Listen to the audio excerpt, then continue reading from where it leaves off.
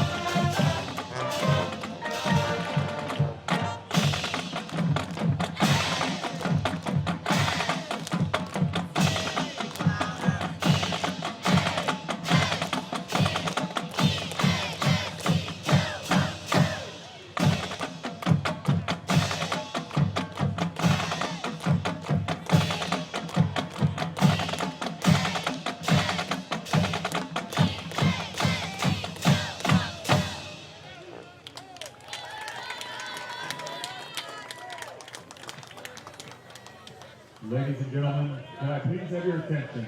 I would ask that all in attendance please stand.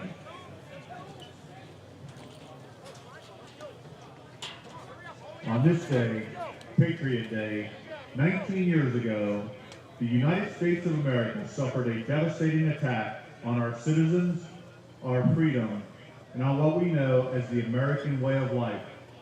On this sacred day, we honor the innocent lives lost and recognize the courage of those who made the ultimate sacrifice to save others in the World Trade Center attacks on September 11, 2001. I would ask that everyone in attendance please recognize the acts of heroism for the lives lost by observing a moment of silence.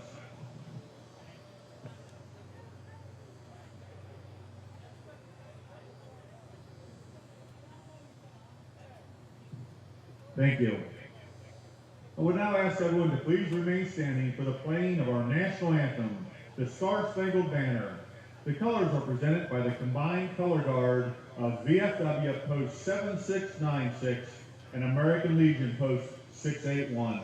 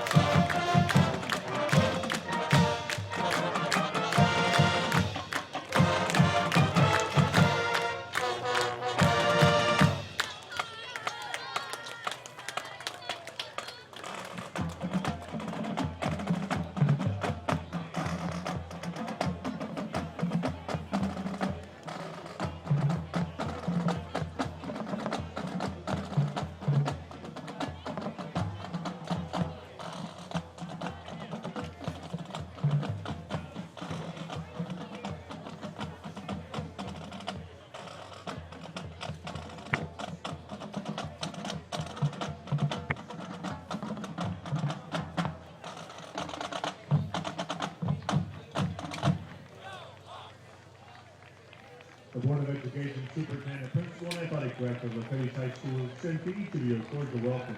We are pleased that you are here for tonight's contest. Lakota East High School and LaSalle High School are members of the Ohio High School Athletic Association and abide by the high standards of conduct, competition, and relations with member schools. The athletes in this game are friendly rivals.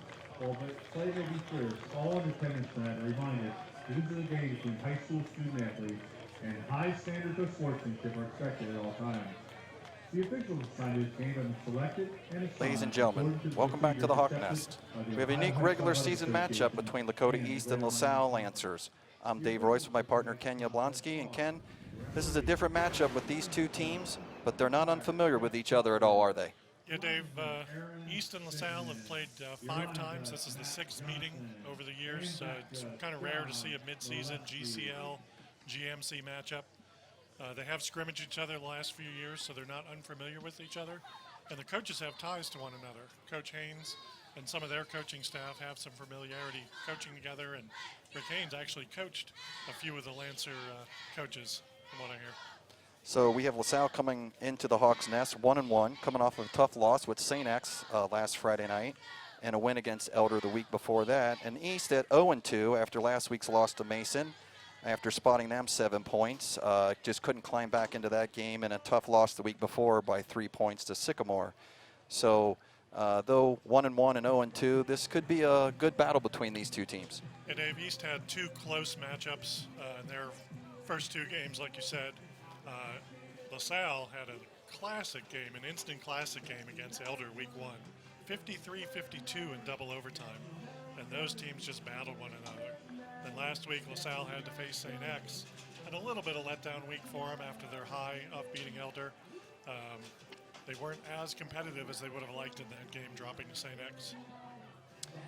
Yeah, so the LaSalle Lancers, as I said, I think in the last broadcast, and in full disclosure, as an alumni, like to see them doing well. But tonight here in the Hawks Nest, would like to see the Thunderhawks get off the goose egg and get a big win here. This would be a huge boost to them and a confidence builder going into the rest of the league. So, here we are, another Friday night, great weather. COVID rules are still in play, limited fans. I see a few more students, but not many. Same way on the other side. We're great to be here with football. But before we get too far without remembering today, as you saw in the pregame, the remembrance of September 11th and the attack on the United States, that we never forget those 2,977 victims in the World Trade Center, at the Pentagon, and United Flight 93 in Pennsylvania. And I have to tell you, Ken, today's a special day for me. I was on active duty then, and lived through that, and have some good and bad memories, and had some friends in that Pentagon when that all went down. So as we get ready to get started here, you can see the Thunderhawks lining up for the kickoff. LaSalle's going to receive, going south to north, as we get ready for the kickoff here by Trevor Hoffman. Trevor kicks off down to inside the 10.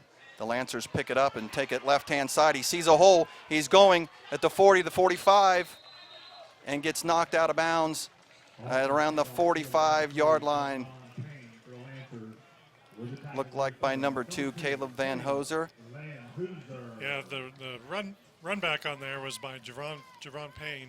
And we're going to see him a lot today, Dave. He goes both ways. He's a prime running back for LaSalle, and he plays defensive back. You see there in the replay, Ken, just excellent blocking by the LaSalle Lancers upfield, giving him lots of room to run, and they're going to have great field position starting off at just over that 45-yard line marker. So there's a fake to him, and the quarterback up the middle. He's running and gets stacked up, and a whole tribe of Thunderhawks come to pull him down, but not after a first down on the first play. Dave, we're going to see something special here with quarterback Zach Branham. He's LaSalle's. He's a first-year quarterback for LaSalle. Here we go. You see him again there, Ken. He goes running through the line. Actually, the referee holds him up a little bit before the Thunderhawks can get there, or he may have gotten a few more yards. So there's a fake up the middle and a quick flat pass out to number 10 for the Lancers. and he's going to take it down for about a 16-yard gain and another first down. Ben Seibert on the catch there for the Lancers, another senior receiver. Well, LaSalle doesn't throw too often, Dave. We're going to see Zach Branham run, and we're going to see Javon Payne run. Well, LaSalle throws the little screen pass to Seibert, as you see there. Seibert takes that catch, as you saw in the replay, and he gets a quick 16 yards before the Thunderhawks can catch up with him. So Lancers are just marching down the field. Here they go at 1st and 10 at the 25. There's a slant. That's all broken up by number 11. That would be Nate Rosario. Jumps up there and gets a paul on that. He gets that. Caleb Van Hooser with a nice coverage also for East. And that's 2 passes from LaSalle, Dave. I did not expect them to pass too much. Most of their offense against Elder and St. X was run up the middle, hand off to Payne or Branham keeping it. So having 2 passes in the first 3 plays is a little unique. And there's Branham with the again. fake. He's going to go off the right-hand side. A lot of running room. He's going to see nothing but pay dirt, and that's going to be a touchdown. LaSalle, very quick at the 10:57 mark. LaSalle marches right down the field and punches 6 in. Didn't take them too long, Dave. And as we saw again, we're going to watch this again. But this is pretty much what they did against Elder and couldn't muster against St. X. But they scored quickly and they scored often in their first game of the season. Pretty impressive by this young man, as you were pointing out. He's only a sophomore quarterback, and he's running it like he's a senior right now. So he's actually a senior, Dave. oh, he is. My bad. Yes, he is a senior.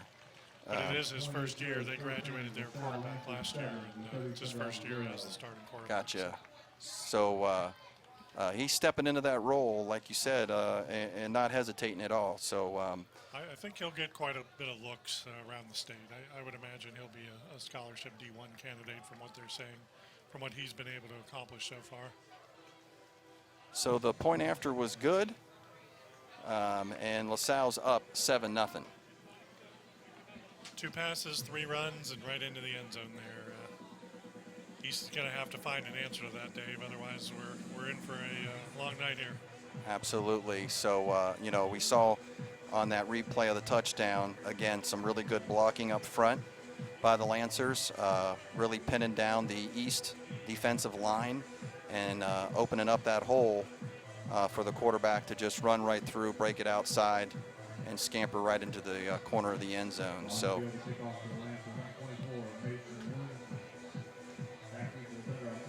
So we got Mason Newsome, who had the point after, lines up for the kickoff here for the Lancers as East gets ready for the receiving.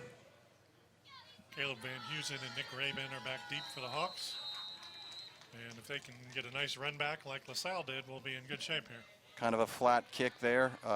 Bounces up. Looks like Nick will take it around the 9-yard line. He's going up the right-hand side. Looks like he's got some blocking too there, Ken. And not a bad run back, just as you called. Nick's going to get that up to about the 35-yard line. Great field position for the Hawks to start their first offensive possession. You know, similar offenses, Dave. Both like to run. We're going to watch Nick Rabin's run here again down the right side. Nick's real patient there. He lets his blockers get out in front of him, finds a little seam, and gets as much out of that as he can, and it takes a couple of Lancers to pull him down. Dave, 2 similar offenses here. We're going to see East run their triple option. You know, LaSalle likes the run also with a single back, but East's triple option, heavy dose of running is what we expect here. There's a fake up the middle, and TJ will keep it. After about a short pickup of about 4.5, 5 yards off the left-hand side. And like you said, TJ's not afraid to run that option. He'll stick it in there and a lot of times pull it back out and take off. So, yeah, both of these quarterbacks like to run. Very similar in style here. A little different formation look, but very similar in style. Right, like you said, the Thunderhawks like to go with the triple backs. Got Thornhill on the left going in motion. There's a handoff right up the middle to number 34. Eric Davis, and he was met hard by Devontae Smith. So Davis again filling the role back there. For the Hawks is the fullback, as we haven't seen the quite yet. If Lugo Flowers again is playing D tonight, we'll pick that up. But Eric Davis, his number gets called again to be the prime fullback on the Thunderhawks offense. He was a workhorse last week. He had a lot of carries and did well. Protected the ball, ran hard up the middle, hard to tackle, kept his feet moving. So they liked what they saw in Davis there last week. So we're 3rd and short, and Looks like a couple Hawks moved before the snap there. a couple Hawks move, a lot of Hankies come out, and that's going to push back the Hawks 5 yards. And when they had what they wanted, 3rd and very, very short, probably inside of a yard. Now they're back to 3rd and in midfield. Yeah, most likely a passing down, although this early in the game, you never know if they're going to try and keep the ball on the ground. There goes TJ. He fakes it up the middle, rolls left, does a little flick of the wrist, and oh, at the last second, there's a tip away by number 4 of the Lancers. Yeah, he's a German, got his hand on the ball there. John Scott was open. He ran a nice route. There were 3 Lancers there, but Kathman put it in a nice spot that it could either be batted away or caught by Scott, and defensive back did a nice job batting that away. Yeah, we're going to see that right here, Ken. You'll see TJ fake it. He rolls out. And just with the easiest flick of the wrist, gets a little bit of air under there to let them run back under it. But he had his defenders beat. And if TJ just could have gotten a little bit out sooner, that would have been a big gainer for the Thunderhawks, and they'd have been rolling downfield. Beautiful touch on that pass by Kathman, right to where he needed to put it. Looks like we had another infraction on the Hawks there. And unfortunately, Thunderhawks are moving in the wrong direction, back towards their own end zone, making this just that much harder for the punter, which is going to be number 5, Charlie Kendricks. And that's to number 3 again. Jabron Payne. We're going to hear Charlie's number quite a bit before the night's over, as he plays many roles on offense, defense, special teams now as a punter, and not a bad punt for a new role that Charlie's filling. You're going to see Charlie here. They're coming after him there, Ken, and he gets it off. He did a nice job getting that off before the deflection came, and Payne doesn't have many blockers in front. He out-kicked the coverage, he kicked it far enough that the coverage could get down there and make sure Payne didn't have a breakaway run like he did before. Nope. Payne scampers for about 7 yards and brings the Lancers up just over the 40-yard line, where they'll start off 1st and 10 right up the middle. But there's not much there this time for the Thunderhawk defense, clamping down and shutting that off. Yeah, Payne ran right up the middle there, and that's what the Hawks are expecting. They're expecting the run up the middle by Branham. They're expecting the run up the middle by Payne. So as long as Bontrager and Hibbert have nice games on the D-line, that won't be an issue for giving up that long run there. So the Lancers put a guy in motion, and they hand it right back off to Payne. He's coming right-hand side looking for room. Somehow he breaks through a hole, and he's going to jump up and over and get a 1st down. Hawks looked like they had him after a short gain, but then he somehow escaped those tackles and kept on going. Lugo Flowers in on the tackle, but So you Hawks see had a chance here early to get him. Lancers bring number 40 in, who's a linebacker on the sheet. He comes in for some extra blocking, and boy, Payne just pushes some guys off, keeps his legs moving, and all of a sudden picks up about 5 yards after the initial hit. And So there here goes Branham. Branham down the left-hand side, and he's just scampering down the sideline, and he's going to get inside the 20, down to the 12-yard line before the Thunderhawks can get him pushed out of bounds, and that's a big gain for the Lancers. Nice blocking up front. Once he gets past that initial line, as you see here, he gets past that line, and he's got some open field there. There's a missed tackle by the Thunderhawks, and that can't happen throughout the night with this running attack of the Lancers. So defense is going to have to clamp down and then shut this run down. So there goes Payne back up the middle, and he gets another easy 4 or 5 yards, makes it 2nd down. Very explosive running by Branham and Payne. They get off that line quick, and they have a head of steam as they go downfield. And now I see a little bit of a hurry up there in the Lancers. They didn't even huddle up there, Ken. They went right back to the line of scrimmage, got a quick call in, trying to catch the Thunderhawks, maybe not ready, and they'll hand that to Payne, and Payne just rolls down. He's in. Puts his head down and barrels into the end zone for a touchdown. So again, good blocking up front by LaSalle, and makes it easy for Payne when you have blocking like that. Wasn't for sure if he made it, but we'll see here on the replay, Ken. He's coming the right-hand side. There's the initial hit again, and he just drives right through and barrels right into the across the goal line for a touchdown. So 2 quick scores by the Lancers.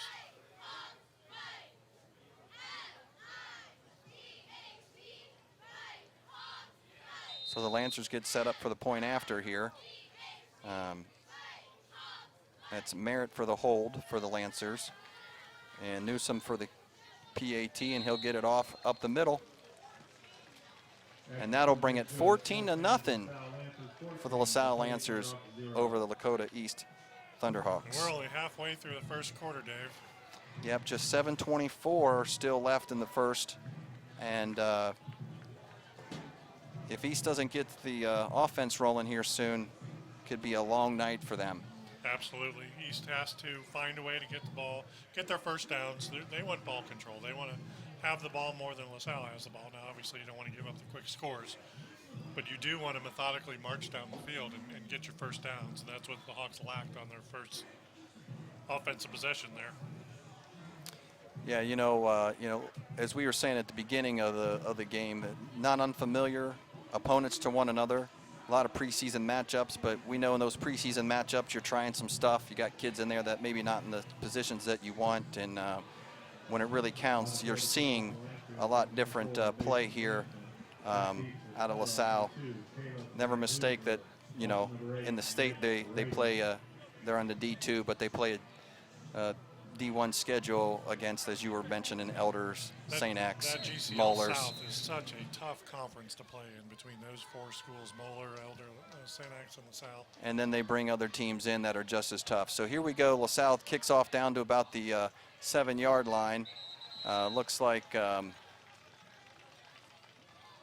Van Hoosen there. Yep. Van Hooser with the run back. He gets decent yardage out of that run back.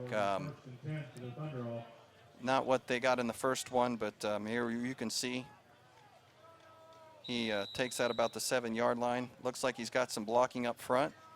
All the blockers doing their job. It's nice to see everybody on the same page on which direction the run's heading. And kind of goes to the right there and stutters. I kind of wish he would have just taken that back up the gut there. Looked like there was a lot of green and a lot of space there to run. So maybe the coaches will get that together and send that down for him on the next one. So here's a quick handoff to Kendrick on the right-hand side, and not too much there, but he picks up positive yardage. A good run-off tackle there. East has to figure out a way to see what holes they're going to be given. Who they can pick on defense, where they can run at. They're going to run their scripted plays to see which direction is going to be the best fit for them moving forward.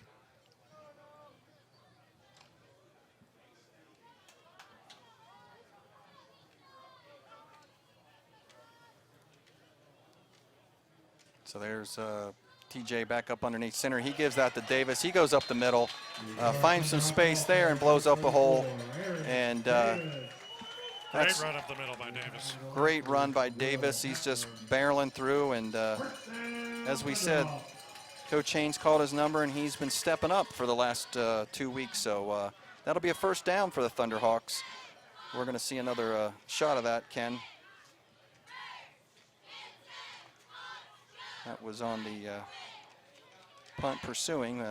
We'll try to get that back. And we want to see that blocking at some point, which I think we'll see. So that blocking TJ goes back, hands off quick to, is that number 3, Jordell Smith in the backfield? Yeah, Smith is listed as a defensive end and a running back, so that's not unfamiliar territory for him. I think what they want is to try and get some speed on the outside, see if they can turn the corner there.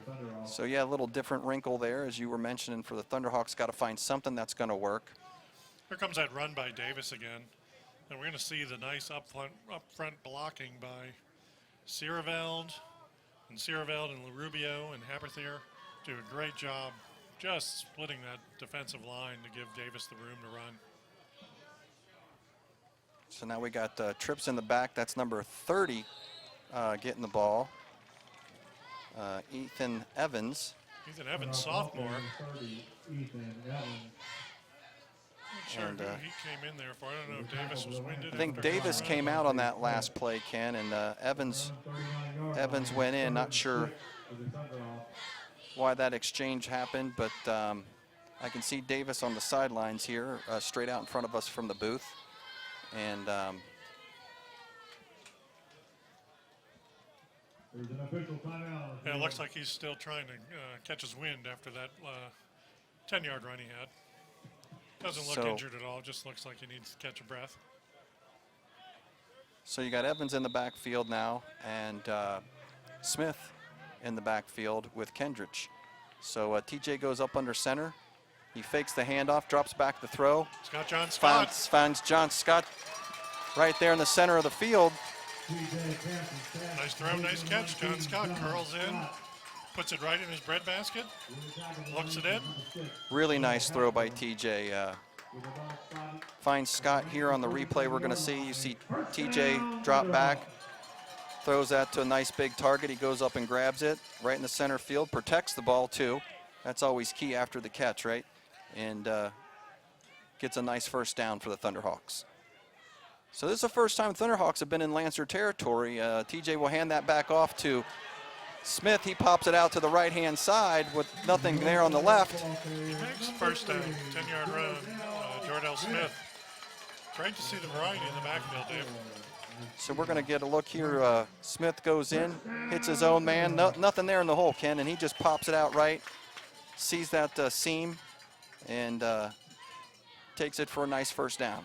Brandon Elliott gave him a nice block upfield too. The receivers, that's their job, Dave. If the ball isn't being thrown, they've got to block the safeties and the corners who are going to make tackles. And Elliott, his block gave Jordell Smith extra 3 So back yards. to the triple set. TJ fakes the middle, goes off to the right-hand side, and he picks up a couple, but I see lots of flags on the play.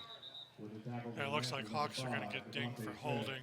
There is a penalty flag on this play. See what our call is. Yeah, I see Nope, Coach no, we Haynes. got a false start. Coach Haynes not happy there. Letting the boys know what's going on, as we can see him talking to his core right there. And didn't see who jumped, but guess they're going to blow that dead, bring it back. But here you see some good blocking up in the middle, and TJ going off to the side, and Dave, Lancer DB's coming in quick. Looked like sophomore Noah Troutman was in the backfield on that play. So with Davis still catching his breath, Hawks trying a few different sophomores to fill that role. And these DBs for the Lancers aren't going to give you much. I think 2 or 3 of these kids have D1 offers, and so they can definitely play the defensive back position. So there's a run up the middle, not much there for LaSalle. LaSalle giving up there to the Thunderhawks. That was Lugo Flowers on the run there. Lugo Flowers in. With a tackle, the Lancers, number 10, Max Roberto Bailey. So that's our third fullback for the Thunderhawks. Coach Haynes mixing some stuff up there. Looks like Lugo Flowers comes out and number 39 goes in. No, they have a 39 on my roster. And so we'll catch up on who that young man is. Might be pulling players out of the stands. TJ in the shotgun, which is rare. He fakes a throw, but shoves it in Kendrick's stomach, and Charlie takes it up the middle for a good run, and it's going to make this third and about 4. You've got a couple different styles of running here, Dave. You've got Kenrich, who can run with power. You've got Smith, who can turn it on the outside. And you see Charlie right there running with power through. Guys jumping on his back, and he's carrying them. I think we said last week, he's not an easy tackle. Usually not one guy gets him to come down. And so, you know, he picks up some good yardage that the Thunderhawks needed, and going to make this manageable at 3rd and 4 from the 31. Hey, Dave, Coach Haynes just took a timeout, make sure everybody's on the same page. This is an important 3rd and 4 play. This is a makeable first down, two down territory, obviously, if you don't make the 4 yards here. But they need to make sure that they keep the ball on offense for a couple more minutes here. Absolutely, Ken. They need points out of this drive. Something has to go on the board here for the Thunderhawks. A touchdown is ideal, but even a field goal gets them on the board, gets that momentum and some confidence back into the team. But as you pointed out, this is a huge 3rd down conversion right here. Probably a little too far for a field goal range, as well. So converting this and keeping the ball and driving it towards the goal line is definitely what the Thunderhawks need right now. Just saw a shot of the stands on both sides, Dave, and that kind of gives a visual image of who's here. It's mostly parents, you know, limited number of tickets available for the game. And yep, the stands are separated and spaced out for those who do get lucky enough to get tickets, so they can distance unless you're with your family and wearing the mask. And Hawks are going to catch a break here, Dave. They drew the Lancers off sides. I didn't quite see a hard count. It looked like just a normal count. I don't know if somebody was lined up in the neutral zone or what happened there, but Hawks are going to get 5 yards, and they'll be very, very close to the first down. So as you just said, Just Ken, short. it's Inches, 30 just inches short of a first down. So still third down, still a big play here, right? Anytime you snap the ball, anything can happen. And so TJ needs to get up in there, read that defense, and make a wise selection here in the option. If there's a team capable of 3rd and inches here, it's going to be the Hawks. And there you go. TJ just walks right up, sees a little seam and keeps it himself, and dives forward for a first down, and that resets the downs. Hawks needed that. They need that first down possession. They need the ball in their hands. And crowd getting pumped up here. Here you'll see TJ up underneath center. He's no looking doubt at. He was just going to keep that from the get-go. He saw that big hole there because LaSalle's only going with 3 down on the defensive line. Here we go wide left with Thornhill and number 5, Devontae Smith, just jumps up there and grabs a hold of Thornhill and brings him down, which looks like he had some room and it was shut down really quick. Yeah, we like the variety by the Hawks. We like them going to the outside. Obviously, they're going to go up the middle.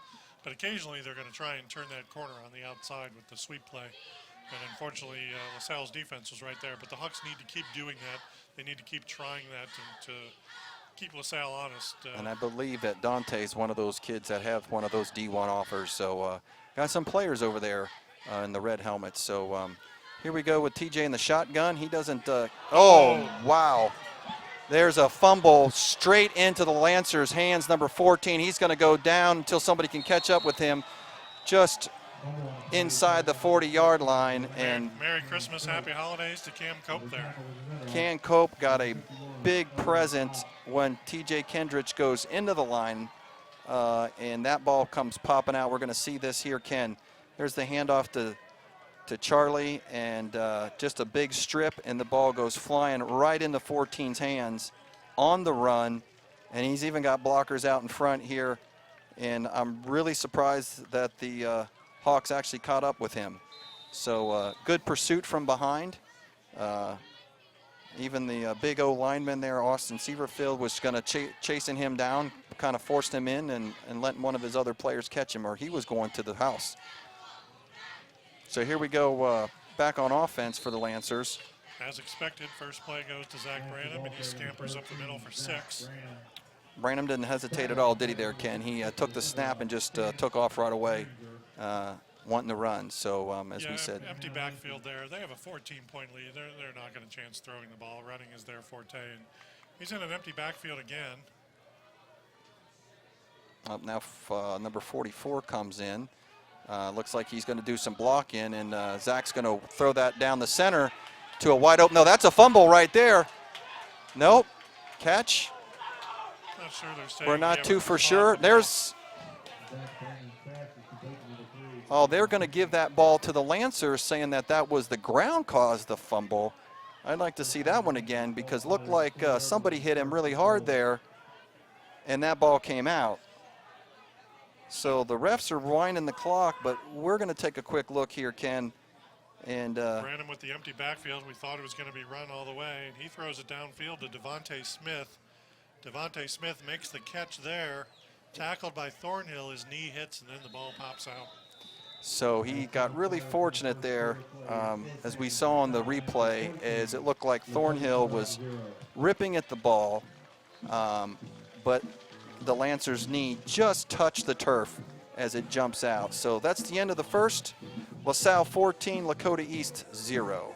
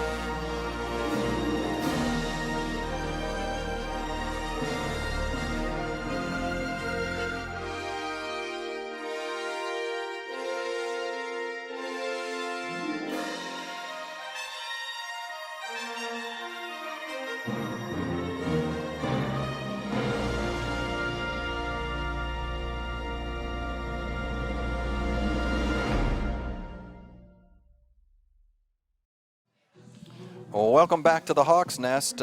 It's a 14-0 contest, LaSalle over East.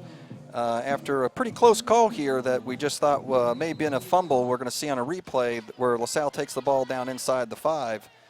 Yeah, it looks like after Branham's pass to Devontae Smith here, his knee was down prior to the fumble. There goes a live there. LaSalle just hands it right back off to Javon Payne, and he just goes right up the middle for an easy scamper for about 4 yards, touchdown, untouched. There we go.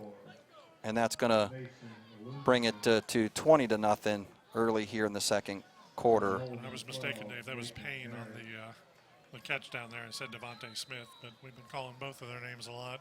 Right, the guys were trying to cue that up for us. Maybe we can get that after the PAT here. So, like we were saying, they got down there on a long pass throw that we thought may have been a fumble, but the refs called him down.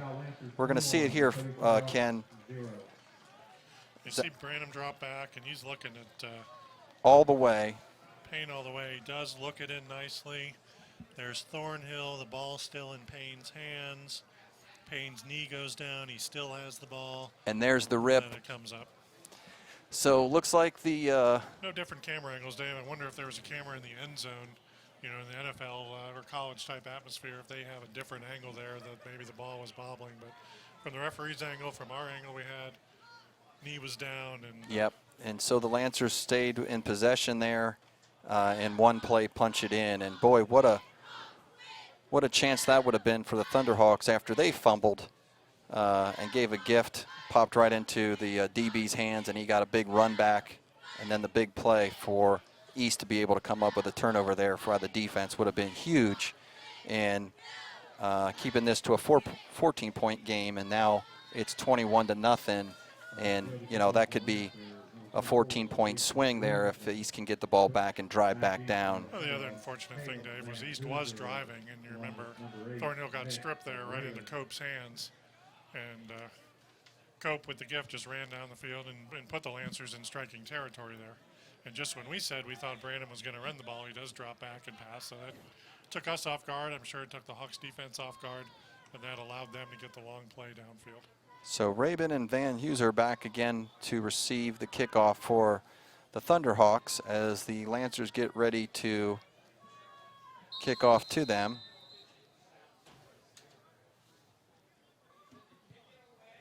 Van Huseman puts it off. It's low. It skips in. Van Husen scoops it up. He's going to go to the left-hand side, too. Finds a little bit of room up the sidelines and gets a halfway decent run back. So Hawks aren't going to start in bad position here, Ken. Nice hands by Van Husen. That ball skipped along the turf, and he was able to look it right in, almost like a shortstop in baseball. And he funneled the ball in and was able to run and didn't miss a beat there. Didn't bobble it, didn't have to find the handle on it, was able to run right away. Yeah, and he guts the ball back up to the 30-yard line. We're going to see him. There was that scoop you were talking about, Ken, and he starts taking up the left-hand side, finds a little seam here on the sidelines until he gets pushed out at the 30-yard line. LaSalle, I've noticed on a few kickoffs, they don't get down the field as fast as some other teams do. And as you said, that low line drive doesn't give any hang time, gives the chance for the Thunderhawks to get a decent run back here. And so far they're finding something on the left-hand side. Again, I like the center on the previous kickoff, but something going on here with the referees and Coach Haynes asking, but it looks like we're going to get things going here for the Thunderhawks. So TJ goes up underneath center, got double backs, and he hands it off right up the middle. It's going to be Lugo Flowers is the fullback there. So Dave, I don't see Davis down there. I don't know if he's being looked at. But Lugo Flowers is who they relied on at the fullback position last year. And he's not unfamiliar with that position. He knows what he's doing back there. He did a great job for the Hawks last year. So good to see him back at fullback. But hopefully Davis isn't hurt too bad. And yeah, he had that one about 9-yard run and came out. And he's only been back in one other play that I know of. And as you said, Ken, don't really see him on the sidelines right now. There's a short handoff for the Thunderhawks. I think that was Charlie Kendrich tried to go up the middle. He picks up a couple here. You'll see Charlie fake Lugo. Flowers gives it to Charlie, and he goes in there and grinds as much as he can out of that. And big Jacob Sayatovic was there to meet him and wrap him up and throw him to the ground. So that brings up 3rd and 2, and boy, the Thunderhawks need to make this conversion to keep the ball and keep marching up the field. So TJ keeps it. He's going to be real close to a first down, but it looks like he's going to pick it up. Good run off tackle by Kathman. Everyone gave the fake handoff to Lugo Flowers and still had the ball in his back pocket there. There's the fake to Lugo. He goes off left-hand side. Here come the Lancers. TJ just keeps grinding and spins and picks up that first down. So exactly what the doctor ordered for the Thunderhawks is a first down, third down conversion as they're starting to approach midfield here. And boy, do they need points here, Ken, to keep this thing close and stay in the game. So there's a handoff to number 3. Smith, he's going to go. He breaks the tackle. He's going down inside the 30, and somebody grabs him by the shoelaces and hauls him down there. Number 16, Diego Brumfield catches up with him, or he was scampering into the end zone. Just when you thought Jordell Smith was going to get tackled in the backfield, somehow he stepped out of that. So right there, Davey, looks like he's going to be tackled right there. He pops out, and he keeps on scampering. Nice cut move there to beat number 4.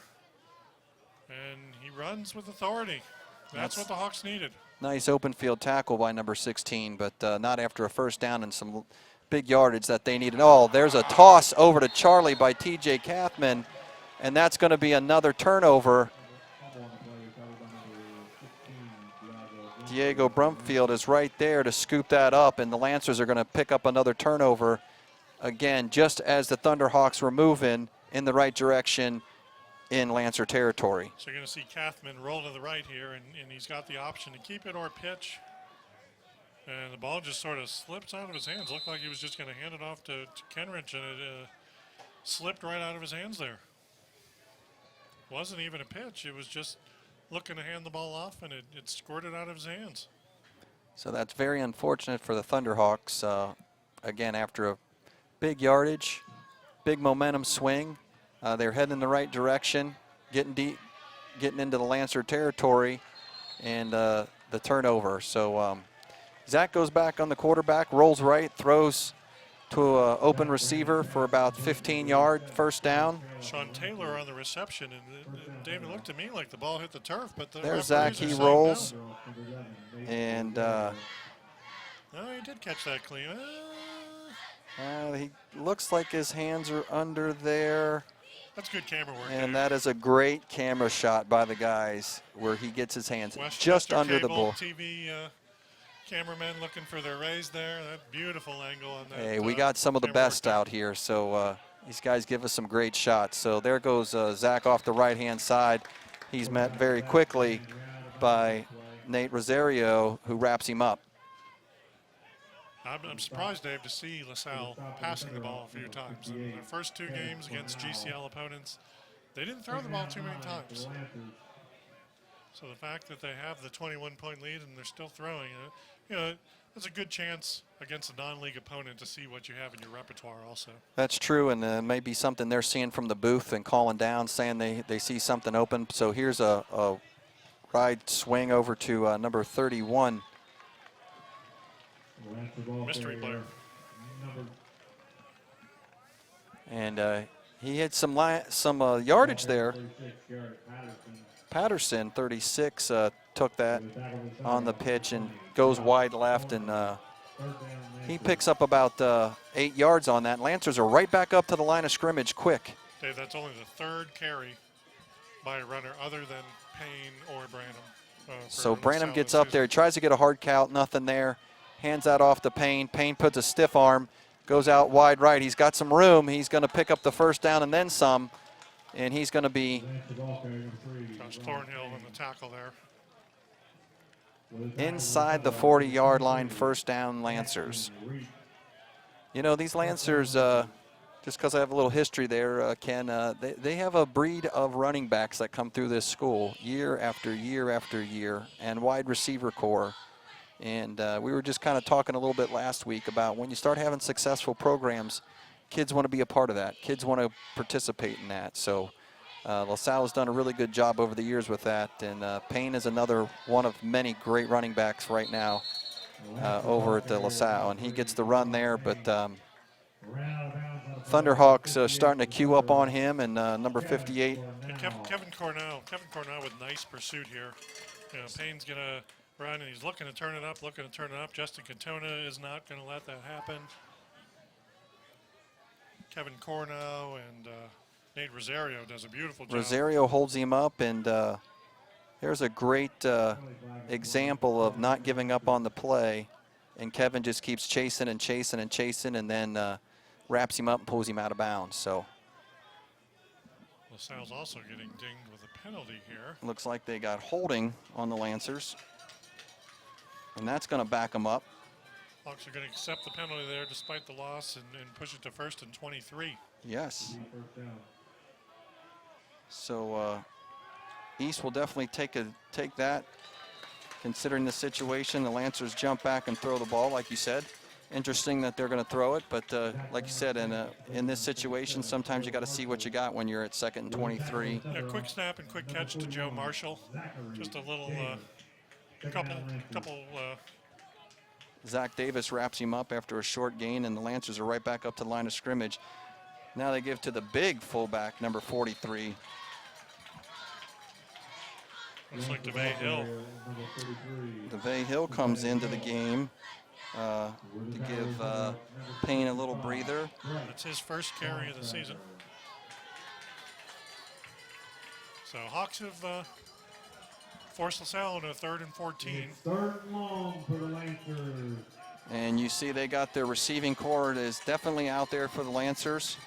Yeah, they've got the spread offense there. Zach's in the shotgun. He steps back, plants his feet, throws, and finds a man around the 30-yard line, but I think that's going to be short of the first down. Good throw, good catch by Sean Taylor, but short of the first down. They are in 4-down territory, too long for a field goal and too short to punt, so LaSalle is going to go for it on 4th and 3. And would like to see another shot of that, but they ran to the line real quick, and I don't think the Lancers are going to snap this ball. I think they're trying to do a hard count and draw the Thunderhawks off, but now they reset, and they do snap the ball, and they keep it. Zane keeps it, and there's a big play by number 26, Lugo Flowers. Javier Lugo Flowers gets Zach Branham in the backfield. Beautiful play by the Hawks. Great play by Lugo Flowers. Ken, I thought for sure they would never snap that ball. And Looked like they were trying to get the Hawks to jump outside. The Hawks didn't bite, and they were caught between whether they're going to run a play or not. 4th and short here. He tries a couple of hard counts, not there. Snaps a little high. He fakes it to Payne. He tries to keep it. He feels the pressure right here, and Lugo just keeps after him and grabs a hold of that foot and pulls him down.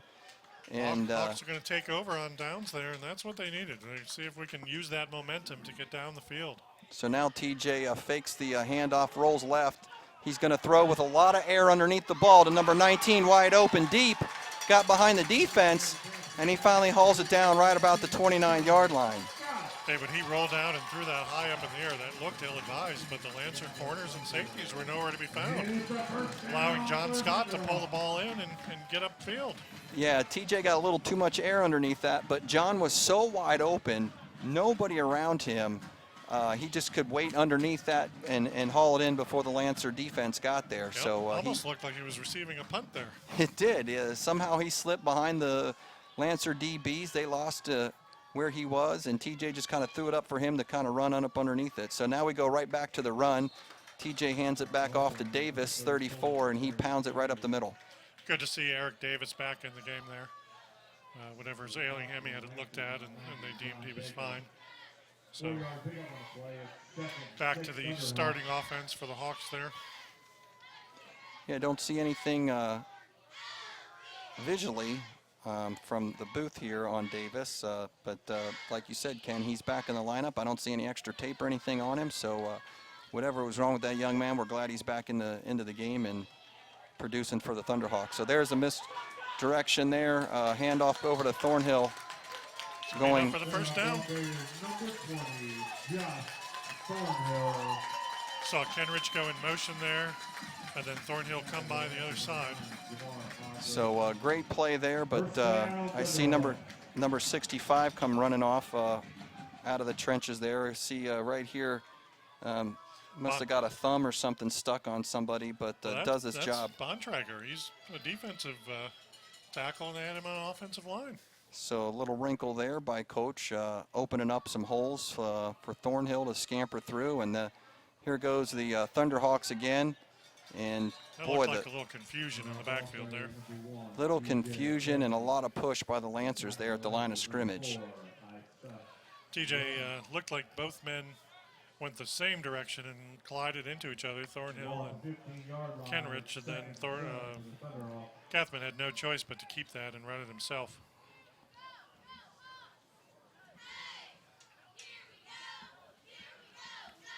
So Hawks sending a few different players in on offense on different possessions. Mysterious 39's back in there. And so you got Kathman in the backfield with TJ. There's a bad snap that TJ's got to run up underneath and jump on real quick. Oh, wait a minute, maybe before the snap? No, we got a timeout.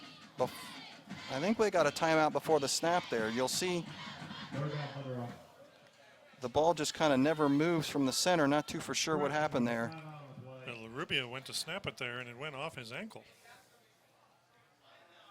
So we're going to... Is that going to...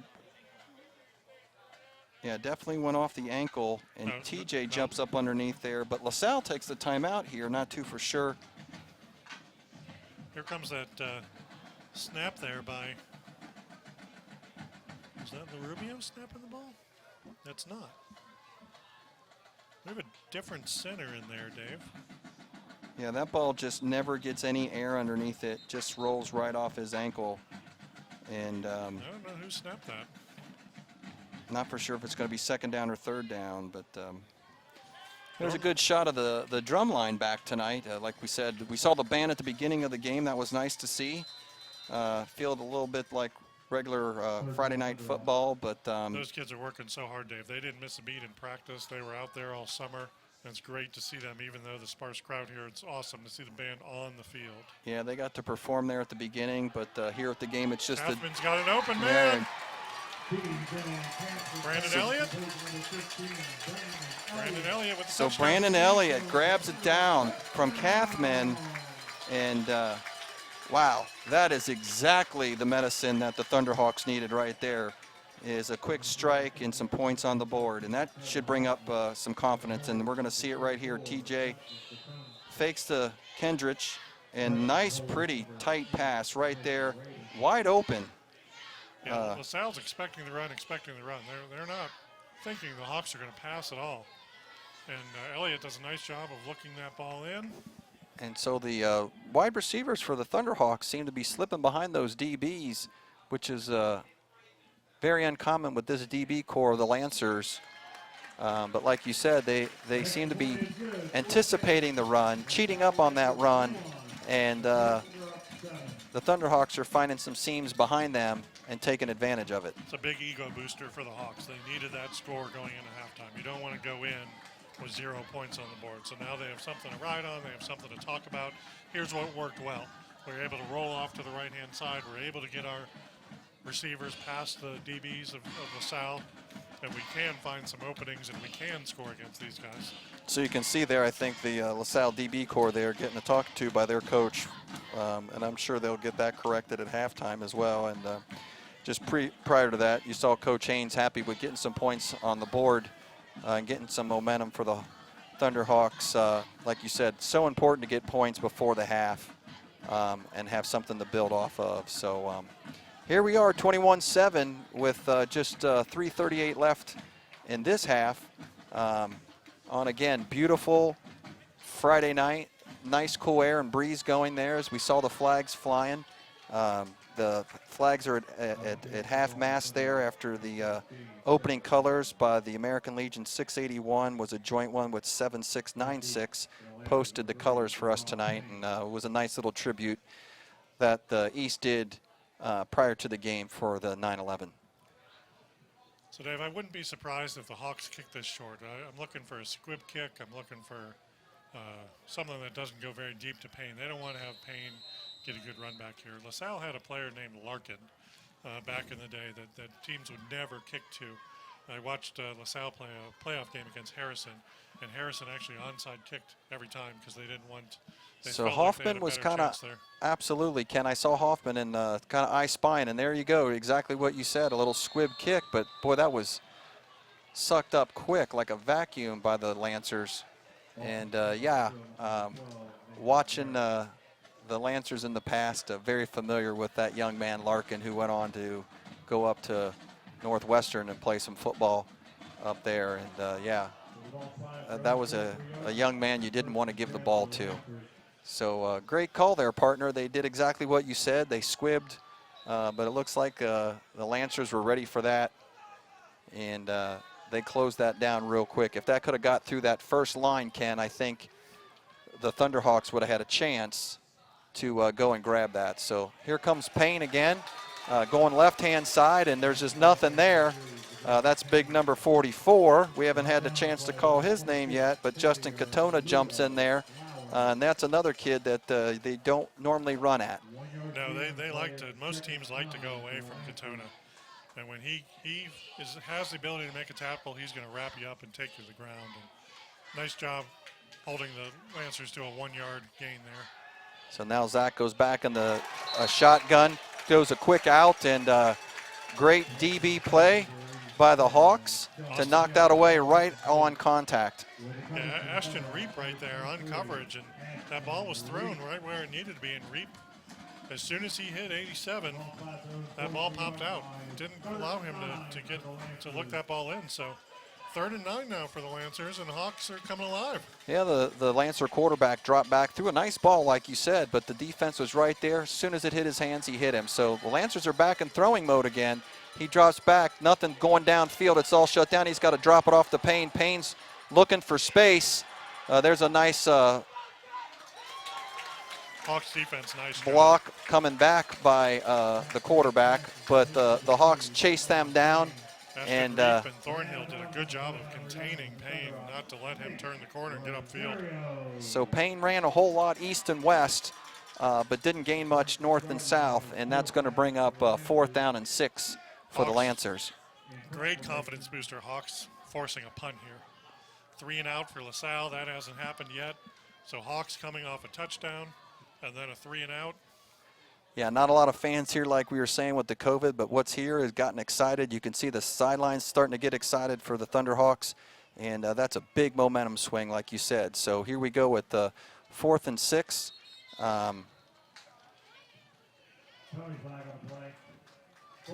And a little movement by LaSalle there, going to move them back 5 yards. I don't think that hurts them too much. Nope, not from the 45-yard line. Going to open it up for the kicker here, the punter for the Lancers. Gives him a little more room, and Nick Rabin will move up a few yards, and hopefully Nick can break a big one here and try to get some cheap points here before the half. Be great for the Hawks to start in good field position here after that.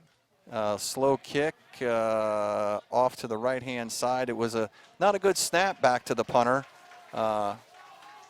and kind of threw his timing off, I think. But, yeah, he kind of got that off the side of his foot. Maybe he was hurrying a little bit and didn't get a great kickoff at all there. Not even a chance for Nick to return that. And the East is going to take over at their own 44.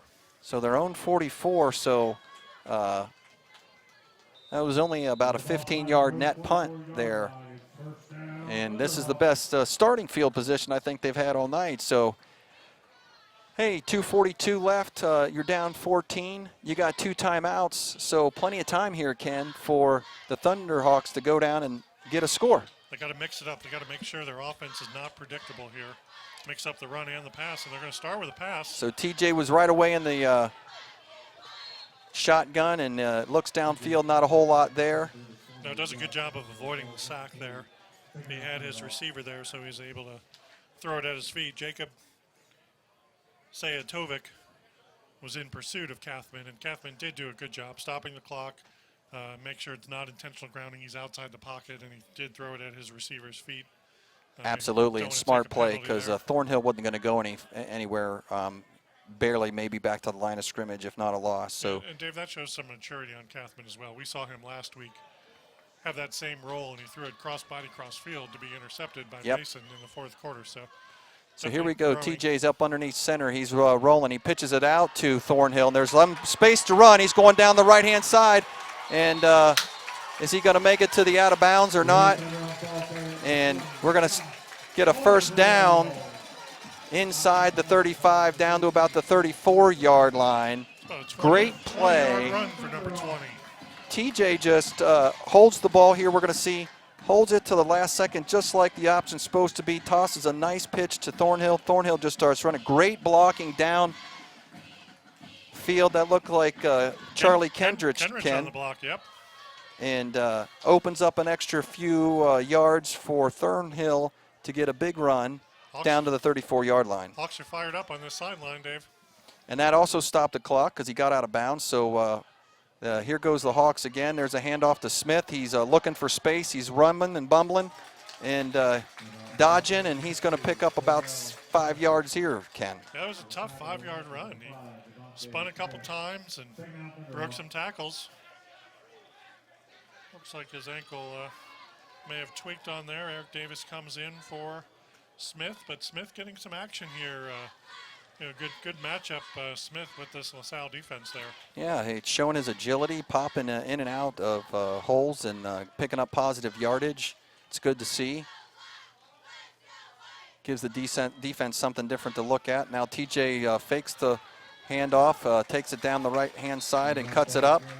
And he's going to pick up enough for the first down there. It's another great decision by TJ Kathman. It's very tempting.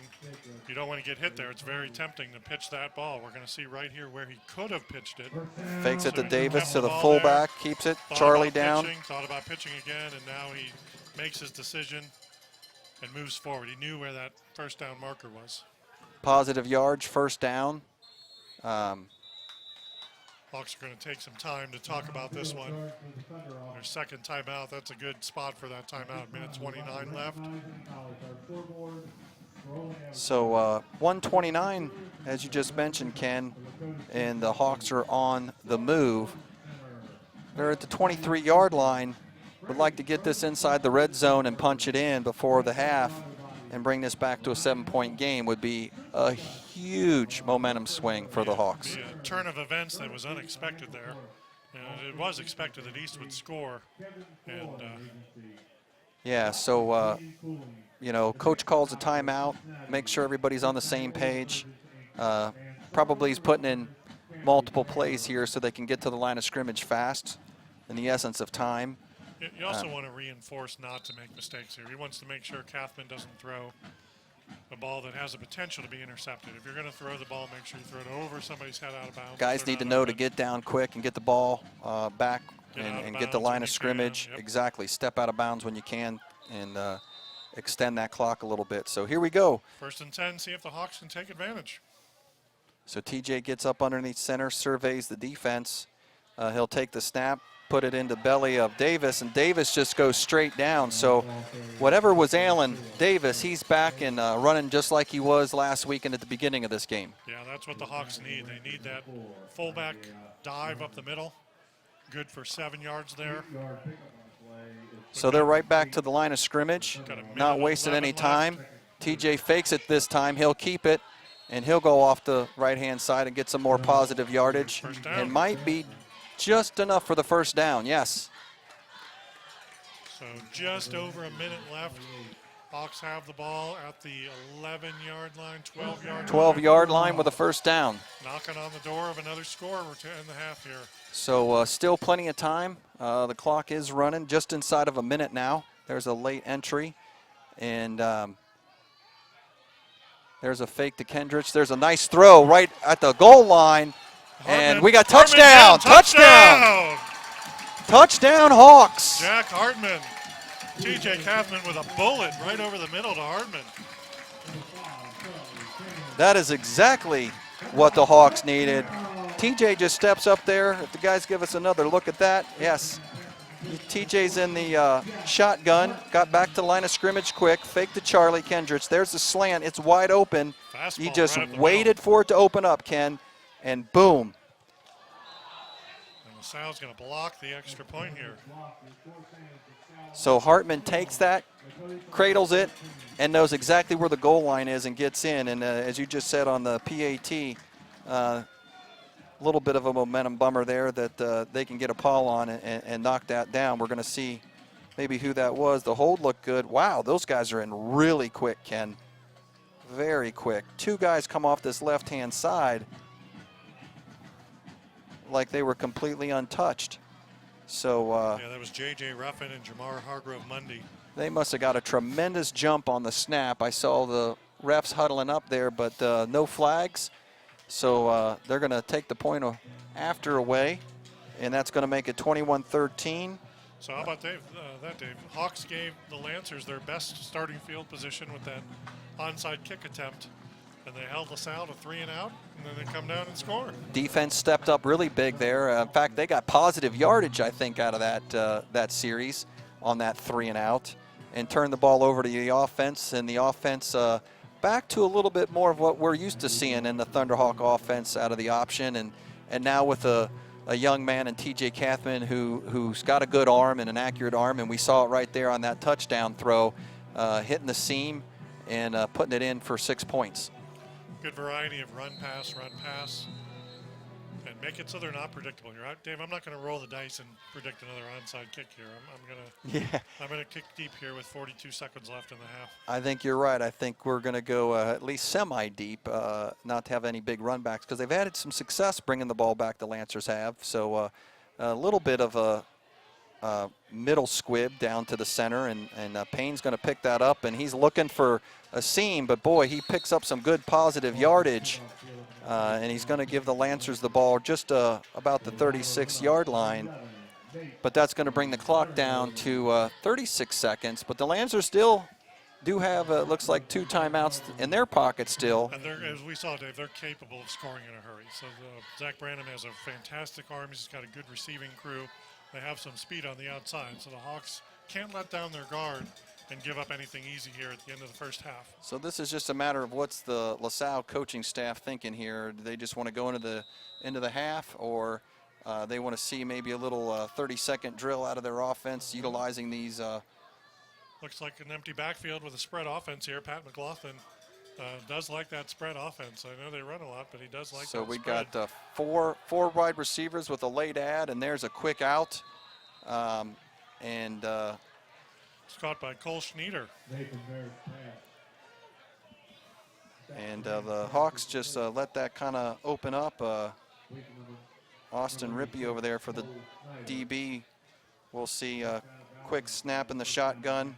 Zach doesn't hold on to that ball very long. He zips it right out there, and he's got plenty of cushion. Zach, and Dave, that's big.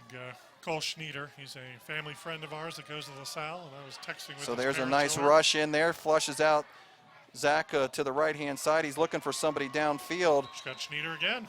And Schneider with 2 big catches back-to-back.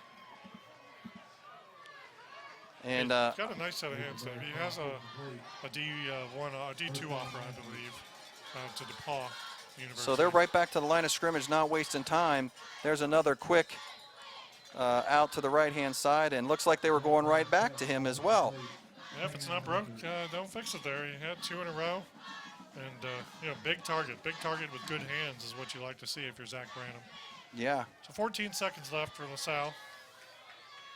So haven't really used the tight end position yet till now, and the Lancers pull that out of their toolbox, and they get 2 big receptions out of him. And they've gone real quick from their 36 to now they're at the East 36, and they're dropping back and looking to throw again down the middle of the field, and they're going to scoop that in. If that didn't hit the turf, they're calling that a catch. And we've got 8 seconds. Cole Schneider But remember, again. the Lancers have those timeouts, and somebody better find on the East number 86 here, Ken. Yeah, Schneider curls over the middle there. And East is in a little prevent defense there. You see Thornhill behind him, but he gets in that gap there, does not hit the turf.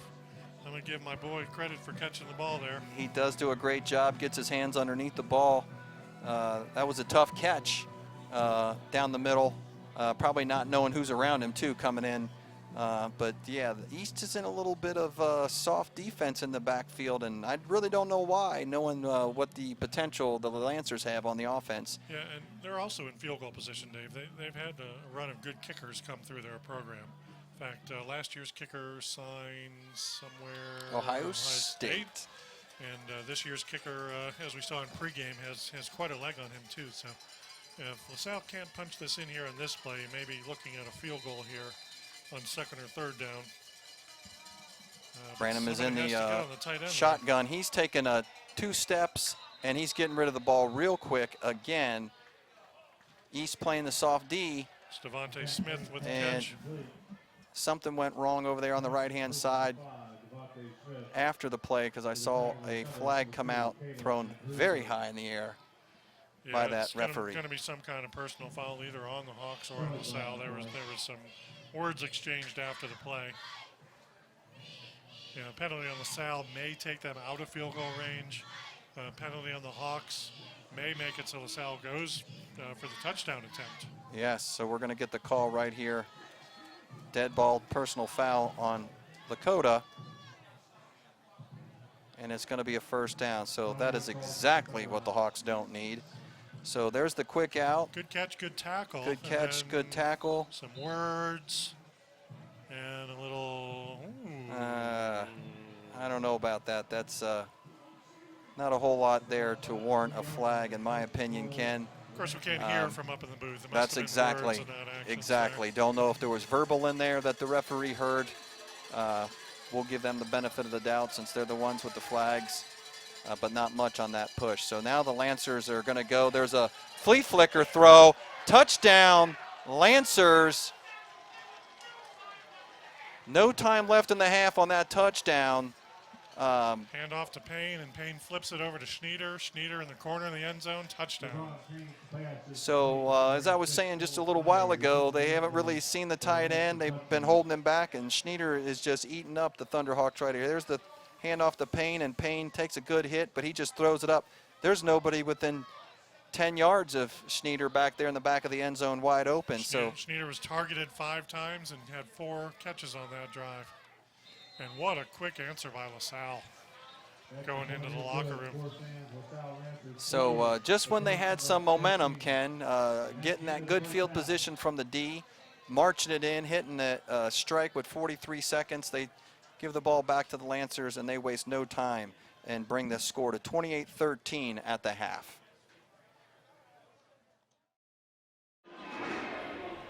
Hey, guys. Hey! Westchester wants to know, what's a school resource officer?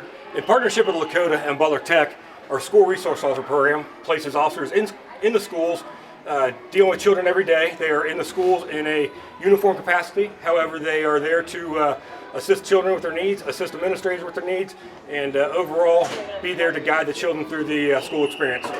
If you have any questions or have another Westchester Wants to Know idea, please visit our social media through Facebook, Twitter, Instagram, or our webpage at www.westchesteroh.org.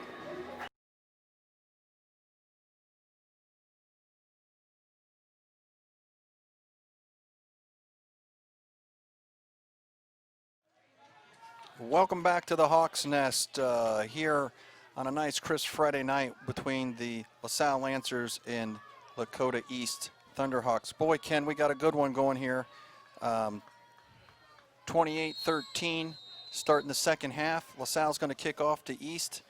East had some momentum going there and then gave up a short field and let LaSalle go down and score real quick before the half. Yeah, Dave, we were just talking at the break that was a real exciting first half. LaSalle came out and scored quick, and then they scored again. Hawks coughed the ball up, and it looked like LaSalle was going to take it down, or LaSalle scored on that possession. And then Hawks came down and mixed it up a little bit and scored, and then tried an onside kick, didn't get it, but held them to 3 and out, and they came down and scored again. Yep, and then LaSalle did get a call on the PAT and cut that point off, so that's how the East got to 13. And so East receives in the second half. good run back up to about the 25-yard line, and they'll start from there. Dave, we saw LaSalle score at the end of the half. They only had 2 minutes left on the clock, and they marched down and scored in a hurry. So Kathman gets up underneath center, and he hands off to 34. Davis is back in there again. He had nowhere to go. LaSalle's defensive front was waiting for him right there. 3 of them gang tackled him and brought him down. And as you said, Ken, boy, they were right before the half. Gave the ball back to the Lancers with about 30-something seconds left, and we saw the power of their offense march down very fast, pulled the tight end into the play, and he picked up 51 yards in that session. Yeah, we hadn't heard Schneider's name up until that point. He is their leading receiver. Kathman takes it again on the left-hand side, and he's going to get enough just to move the chain. So it's going to be first down, Thunderhawks. Hawks had some momentum there going into that last possession by LaSalle, and LaSalle took the wind out of them. So we got to make sure that the Hawks don't let that bring them down coming off the half. And there you see Kathman keep it himself, keeps his feet moving, his line, moving the D line with them, and enough for the first down there. Following those blockers, picking up the first down. So TJ gets up underneath center. He fakes one, fakes two, does a nice little flip out to Davis, and he's wide open in the flat, and he's going to pick up good positive yards for another first down for the Thunderhawks. Again, a play that LaSalle is not expecting. Kathman fakes the handoff, and Davis shoots out to the outside. And you see here, he's pretty wide open when he catches his ball. Yeah, he fakes to Davis, fakes to Kendrick, and Davis runs out in the flat, and he's wide open. Nobody's there. Wide receivers try to come over to give him some support, and the DB comes up and gets him, but not after about 11 yards and a first down. That is one of the plays the Hawks like to go to, especially in the second half of games when teams can't adjust to it. We've seen that over the last couple years, them run that screen, and we're going to have some movement on the Hawks here. So TJ was up underneath center, and I think he's given a couple of hard counts there, Ken, trying to pull the Lancers off, and maybe caught one of his own guys there. It's the 5th penalty on the Hawks. And the coach will not like that tomorrow when he starts seeing the penalty stats, right? Like you said, that's 5 penalties against the Thunderhawks. Pushing them back to 1st and 15. Hawks are going to have to open it up a little bit here. They're on their own 40. So you got motion with Thornhill coming onto the right-hand side. He stutter steps, lets the DBs close in on him real quick, and the Lancers shut that down. Yeah, he's met by Diego Brumfield. So looking at some stats here, Ken, you know, not someone that we normally call in the backfield, but Jordell Smith is the leading rusher for the East with 49 yards and 4 carries in the first half. Yeah, you spread the ball around. Smith with 4 carries, Thornhill with 3, Davis with 4. Kathman kept the ball 8 times. So Hawks with a variety of runners there.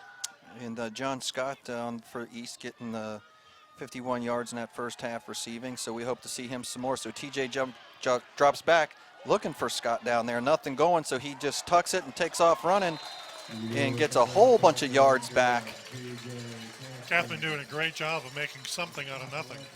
So you had 3rd and long there. It was about 13, 14 yards. And they go in the pass. We're going to see here TJ drops back. He's looking.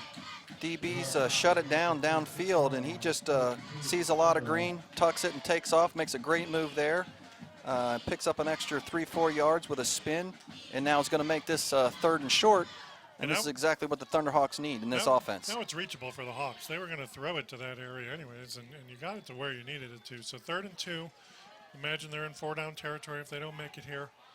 So expect a plunge up the middle here. Absolutely. So he hands that right off to Kendrick, and we're going to see if that's going to be a right foot or a left foot spot by the referees. Looks like it's going to be a right foot, and that's going to be a first down. They're telling Mr. Opp and Mr. Emmerich to move it down the field with their chains there. There you go. The chain gang over there doing a great job. Dave, back to that first half stats. The Hawks' favorite stat is that time of possession. And you see on the stat sheet here, they had the ball over 15 minutes to LaSalle's 8.5. That's a good stat for East. So TJ goes back, He's going throws deep. a deep ball. Got some double coverage back there by Lancers. And Hartman streaking down the field, and the fans are yelling for the flag there. But Hartman was putting his hands up with palms to the sky, asking for a little extra, and nothing going there. So, you know, Ken, I noticed this last week when the referee crew, you know, you don't have as many as guys on the field as in the past. There's only one deep ref. Makes his job a lot harder. Not in that situation, there was only one guy back, but just interesting because had a little call last week that we thought maybe should have gone to East Way, and it didn't, just by a lack of vision there. So there's a nice pitch to Thornhill on the right-hand side. He sees green, and he's going to pick up about 11 yards for a first down.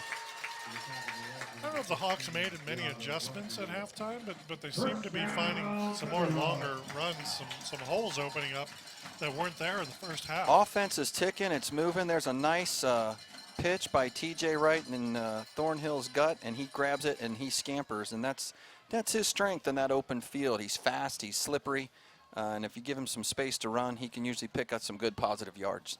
Yeah, this option is designed to get 4 and 5 yards at a time, so when you get 8 or 9, that's So big there's time. Smith. As we pointed out, it was the leading rusher in the first half. There's a little misdirection on going left. People looking for Kendrick, and Smith rolls right back to the right-hand side. You see everyone going left and Smith getting the ball going right. And he pushes off a tackler and grabs another 2.5 yards as he lunges forward. Aiden Sierveld with the nice block, giving Smith that lane to run through. So there's the motion. TJ fakes it to Davis up the middle and drives up the middle and gets wrapped up by Will Helford, linebacker for the Lancers. But not after TJ picks up enough for a first down for the Hawks. Yeah, Dave, that was interesting. They sent Kendrick in motion, but he didn't go all the way in motion. He went about halfway and then came right back to where he came from. And Kathman ran right behind Kenrich there. Like you said, not sure what Coach Haynes did in the semi-locker room in the end zone there. But things just seem to be clicking now all of a sudden with the offense the way it normally looks. And TJ, again, makes a fake, makes a good decision, finds a seam and jumps up through the middle.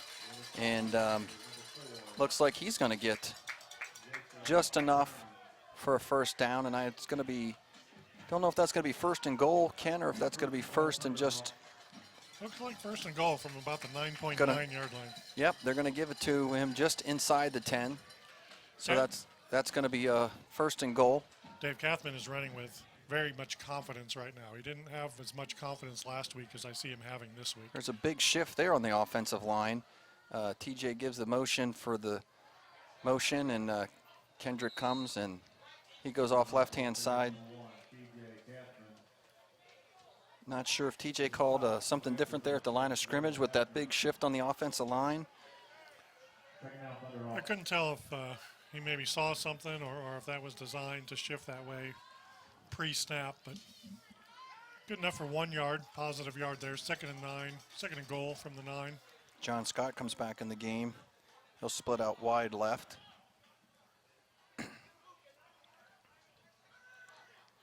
TJ gets up under center. Thornhill goes in motion. They fake the pitch this time. He stops up short, throws it over to Davis.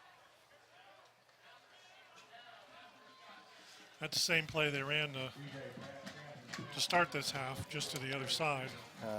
Davis was a little slow getting up there. We kind of held our breath there for a second, but he looks like he's okay. So here's another look, Ken. Some pressure there, so he throws a little earlier than I guess, Well, that would be why. helmet to helmet there. I don't think I was targeting. I think they were both going after the ball, but definitely collided a little bit there with Cam Cope. That might be why Davis was getting up just a little bit slower than normal. So, yeah, the over the pressure sideline. definitely makes TJ throw the ball sooner than he wanted to before Davis came out of his cut. So now we're going to drop back. There's another, looks like blitz by the Lancers, and catching the Hawks unprepared for that with an empty backfield. And that's going to be a big loss for the East as TJ gets sacked. Yeah, Max Roberto Bailey came right through the line there. almost untouched from the middle linebacker position and had a free rein at Kathman there. Yep, nobody got touched him him. wrapped up, made sure Kathman couldn't get out, and then had some help from teammate there. So now that's going to force fourth and long. And looks like TJ is making not a good decision here by taking another sack. And he just needed to unleash that ball, Ken. Yeah, they're running in the wrong direction there. You know, you teach your quarterbacks to roll out, and if they don't have the open receiver to throw it long, Not for sure. especially on fourth down, Dave. Yeah, on fourth down, not sure if they brought the blitz again, but here we're going to see, boy, there's just a lot of white coming through the line of scrimmage. Looks like there's more white coming than we've got gray to be able to block. And the Lancers put TJ on the run. And, boy, he should have just made a cut there at the 30 and threw it towards the end zone and called it a day. Bird got through the line, and once he got to Kathman, he made sure that Kathman couldn't throw the ball. So instead of them taking the ball over about the 17-yard line, they start out at the 37-yard line. And the Lancers are right back to work, handing it off to Payne, and he goes off the right-hand side. And he's going to be just short of the first down.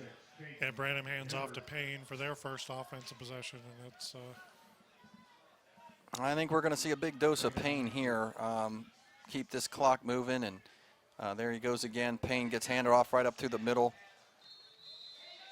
And Payne just blows through that defensive line and then picks up 6-7 yards, and they got a first down.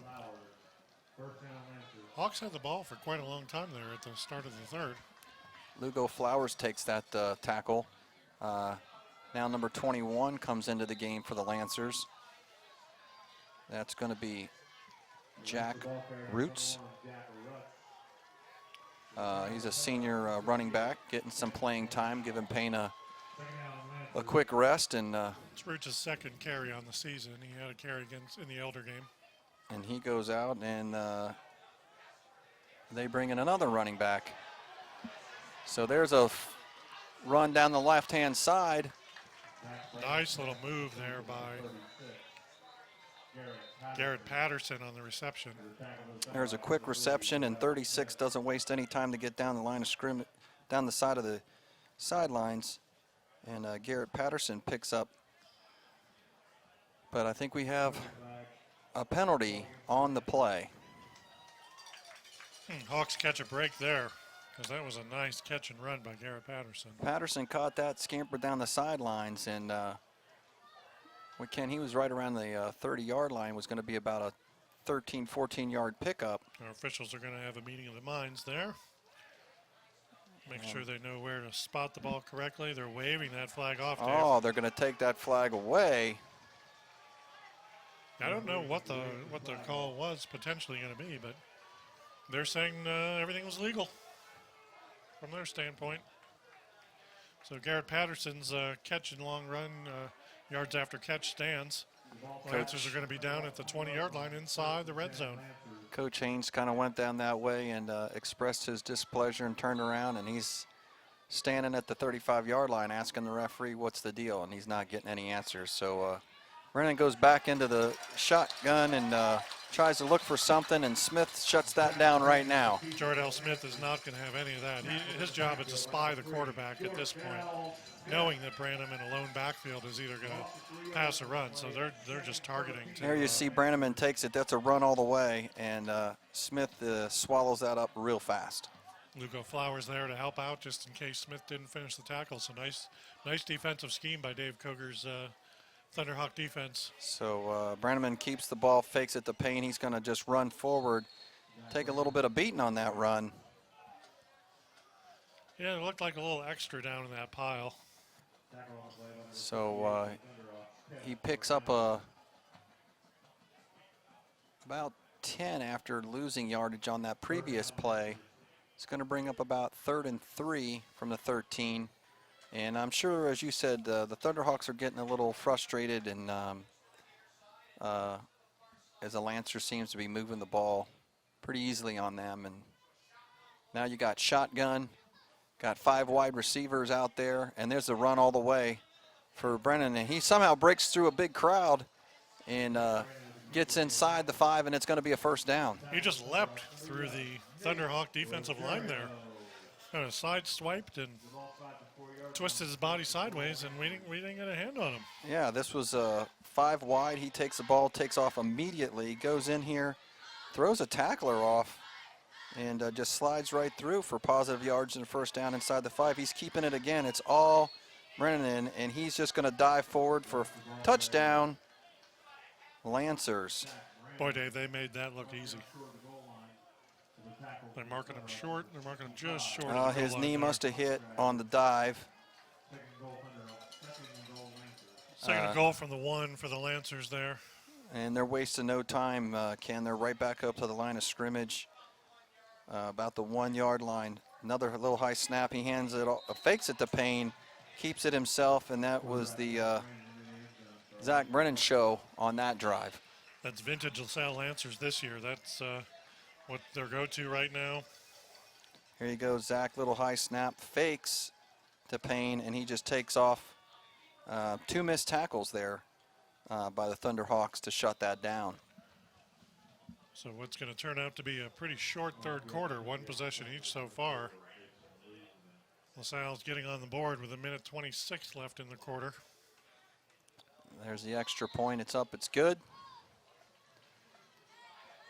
That gives them a 22-point lead here with 1:26 left in There's the a third quarter.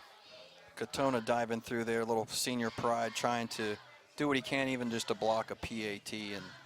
And they're sure some of those seniors are frustrated in the trenches there and trying to stop the bleeding from this score, 35-13. But there's a little shot of the part of the band that we get, the drum line down there, making it sound a little bit like a Friday night high school football game. Yeah, the drum line gets to stay, Dave. The entire band was out here for part of a pregame show. They were allowed to do a pregame, but there isn't a lot of room for them to spread out and sit in the end zone, so they send the rest of the members of the band home a little bit early, and the drum line stays and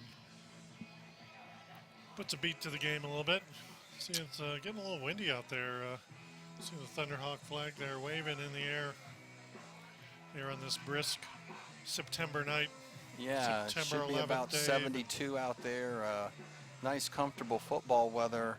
Yeah, September 11, Dave, and you mentioned this earlier. The pregame ceremony was fantastic with the moment of silence and the national anthem. And, you know, these boys are out there representing what they want to do, their part to Show that live life and do the right things. freedom moves on Friday Night Football as the Hawks will get the kickoff. It looks like Nick Rabin will take it. He tries to go up left-hand side as well, as we've seen most of the night, and he's going to get just over the 20-yard line before he's rustled down by a swarm of Lancers. Yeah, Dave, Hawks are going to have another opportunity on offense here. You'd like to see them mix it up a little bit. They did a good job. Different running backs, different people touching the ball that normally don't game to game and normally don't have as much variety during the game. So they've done a good job, and they've thrown in a pass here and there. I'd like to see some more of that. Yeah, they're, like you said, 1:19 left in the third quarter. Plenty of time, plenty of things to work on. It's not completely out of reach. You can get some good positive learning experiences here, still test the offense against a really good opponent. And so we'll see what Coach Haynes calls up for this series here as the Hawks take the ball. First down. They're going to go up the middle. Nothing going there. And if coming up, Hawks have Princeton next week at Princeton and then home against Fairfield. And you have to make sure that going into your GMC opponents that you're not completely deflated. Exactly. As we stated at the beginning of the broadcast tonight, non-league game. GCL, GMC matchup here with LaSalle. So as you point out, yeah, you gotta use this as a positive tool to get ready for your regular season GMC opponents. So there's a nice rollout by TJ, and he whips it down. John Scott with his third catch of the night coming John over the middle. Scott, yes, makes a big catch there. And that'll bring another first down for the Thunderhawks, as we're going to see another shot of this as TJ fakes it to Charlie Kendrich, and good blocking there. He rolls out, nice flick of the wrist, tight ball. Nice job finding John Scott among a couple white jerseys there as well. And a great job of Scott to hold on. He took a good hit from behind as right after he caught that ball. So here we go with TJ up the middle, and he's going to scamper for about 8 yards. Got a Thunderhawk down. Nope, got a Lancer down. Got a Lancer down. Looks like number 20. 29, Aaron Bird, who's being helped off the field there. Looks like Bird's limping a little bit as the medical staff from LaSalle comes over, and hopefully that young man's okay. TJ Kathman, like we said, doing a good job running. He reminds me of another TJ that played for the Thunderhawks a couple years, TJ Jemison. Same number, same first name. And they have similar games there. TJ didn't throw it as much. TJ Jemison didn't throw it as much. But that same running style, once you decide to become a running back, having that nice burst of steam. So there's a good shot of the officiating crew out here doing their thing.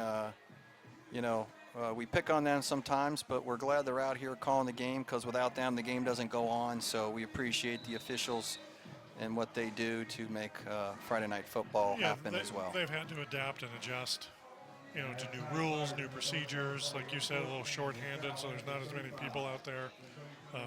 So they're going to wind the clock with only about 5 seconds left, and then the third quarter there. So the LaSalle Lancers 35, Lakota East Thunderhawks 13, and we'll be right back.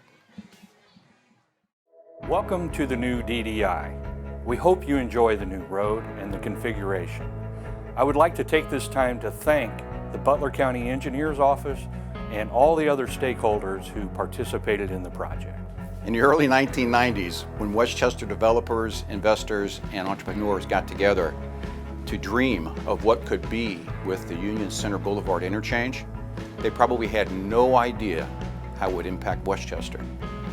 DDI is not just for today, it's for the future. The next 50 years, development in Westchester. Business development made it possible. Our corporate partners at Union Center Boulevard helped pay for this beautiful DDI by our tax increment finance district. What we wanted to do was take Westchester decades into the future, for new developers to come into Westchester, to build and to grow and to dream with other Westchester residents and businesses. We're excited to see what this new amazing DDI does for Westchester Township. And I'm very proud of it.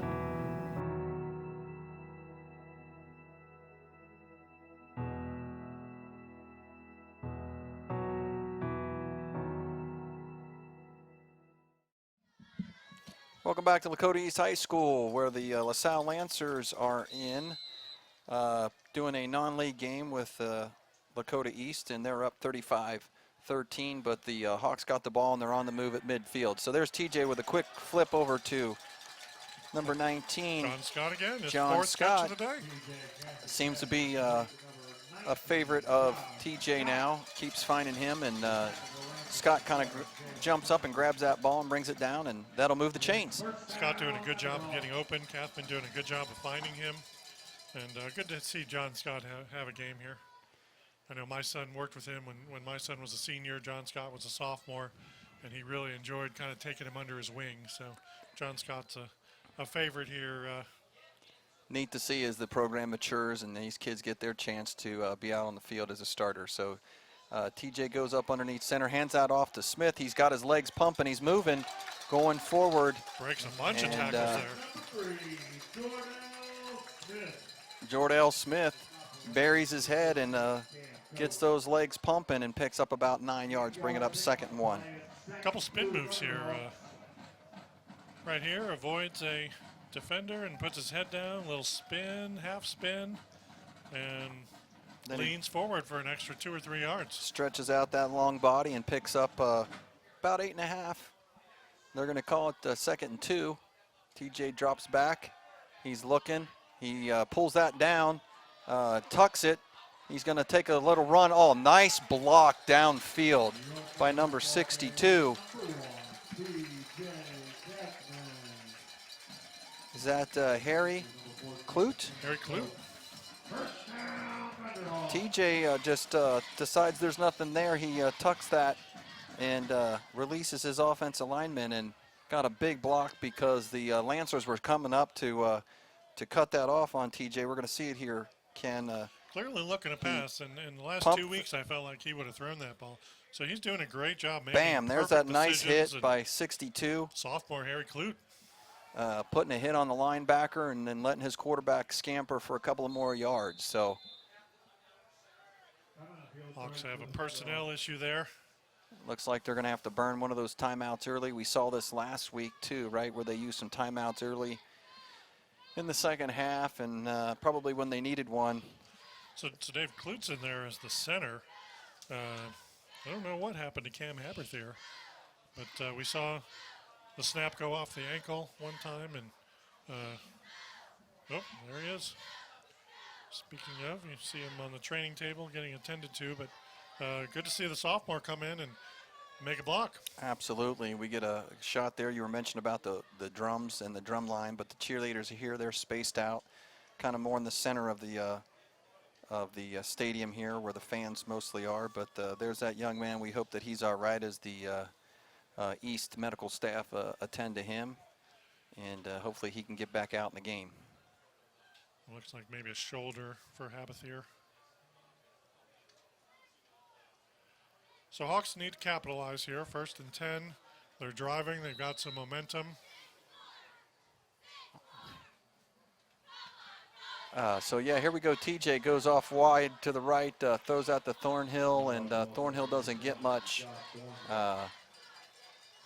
Maybe should have snuck that in his own and cut that up. But Dave, that was Justin Katona on the training table. Yeah, I just saw that too, Ken. So here comes the replay. Yeah, I guess number 10 was right there on TJ. He throws that over. Charlie gets a good pitch, but unfortunately, Charlie's blocking in the same direction Thornhill cuts. So bad break there, but that'll bring up 2nd and 8. And so here goes TJ goes thrown out to the left-hand side to, was that Lugo Flowers, and he throws into some coverage, and that's going to get picked off as a touchback by number 9 for the Lancers. That's Jamar Hargrove Mundy. And nice coverage there. I think it was intended for Thornhill. I think Thornhill so. Or Flowers there, but Hargrove right in good position there. And So nice touch by Kathman again. Good TJ pass drops downfield. back, throws that off of his back foot, doesn't get to step into that. Wasn't a bad throw, but just you can see there where he's off his back foot, tosses that up, and is hoping Thornhill run underneath it. He had his hands on it. It was in a spot where he could have caught it, but very good defense by Yeah, there's a Hargrove. great shot from the end zone here coming right at you in your living room, and you know the DB just hangs with it, and that young man hangs on to a great touchback interception in the end zone. So there goes Smith. He just comes right through the middle, and he's going to be off to the races. I don't know if anybody's going to be able to catch him. He's rumbling, bumbling, stumbling. He's at the 30, the 20, the 10, the 5, and touchdown Lancers. Jabron Payne just gets the handoff and goes all the way. That may be coming back. I see a yellow handkerchief around the 36-yard line. Oh, wow. That was just a great run by Payne. He hits the hole, explodes, and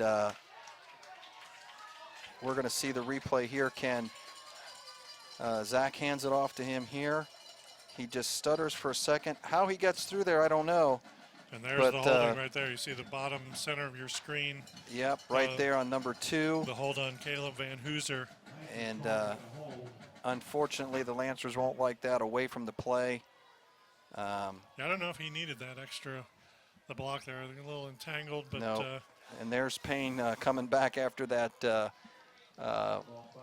was about a 77-yard run for what we thought was going to be a touchdown. But as you pointed out there in the replay, great shot by the camera crew again, catching that hold, and that'll back up the Lancers, and they'll start from their 26-yard line. So Jack Rutt's going to spell Payne after he needs to catch his breath after the long run. Brett's brought down by Lugo Flowers. So Simple right up the middle there. As we've there's seen, and there's Justin Katona in. Good to see that Yeah. after they worked on his shoulder, he's still there. He's coming off shoulder surgery last year in the offseason, so good that was not. yeah, good to see serious issue. Justin in there. Unfortunately, can't make the tackle before the Lancers get enough yardage for a first down. And there's that high snap again for Brennan, but he keeps jumping up, grabbing it, and pulling it down and doing what he wants with it. So I don't know if that's by design, that they like it high like that, or but it seems to be consistent all night long. I don't know if he wants it that high. He probably does want it up near his eyes, but I don't know if he wants to necessarily jump after it each time that the ball goes up. So there's a shot of the Lancer O-line. And they will take it from 2nd and 8, 34-yard line. There'll be a quick handoff to number 26 off the left-hand side for the Lancers. Josh Shaw in the game. So Junior running back for the Lancers. there's that pedigree of running backs from the Lancers as Payne goes out after the long run, and we'll see number 26 come in and take the ball and get some positive yardage. Yeah, Payne may be done on the day. Dave, he had that long run, and they have some key GCL matchups coming up. They still have to play Moeller. Yeah, you're absolutely right there, Ken. There's a hand off to back to number 26 again, and he picks up a few, but not many. So. Yeah, we got to move down the depth chart a little bit here in the fourth quarter. See who we got for the Lancers. They have Moeller on Friday, October 2nd.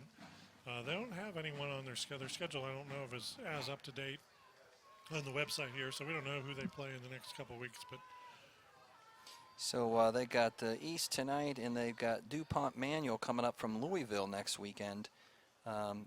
Actually, they're going down there, and then over to Indianapolis to play Cathedral, and then at home for Archbishop Muller. So there's a fumble on the play there, but well after the whistle. Well after the whistle. The East fans don't like that. Those that are here are kind of throwing their hands up and yelling, but I think was well after the play. And Katona asked the ref, was he sure, and he got that head nod. I think so. So Yep, he knew what he was talking about. Lancers will stay in possession at 2nd and 10. And it looks like they changed out quarterbacks here on us, Ken. Yeah, Noah Reedhorn in the game for the Lancers. Getting some action here in the last 6 minutes. And he hands off to Jack Rutz there, senior. So Rutz. Noah Heedorn is a senior as well. So a couple seniors getting their first action in the season. Yeah, that's so that's it. Yes, that's Noah Heidorn. Could be an old classmate of mine, actually. His son in there at quarterback, getting some snaps here with about 5:41 left in the fourth quarter. Yeah, I'd go with the players, not a classmate of yours. I'd go with the dad or the granddad even. Who knows? So LaSalle's up 35-13 and bringing in some of the backup players here, getting them some playing time. And like you said, with their schedule, that's going to help them out. Kids getting snaps. They don't take an easy schedule at all. And they want to reward the seniors. You know, some teams in this situation, they play their juniors and sophomores to get them game experience.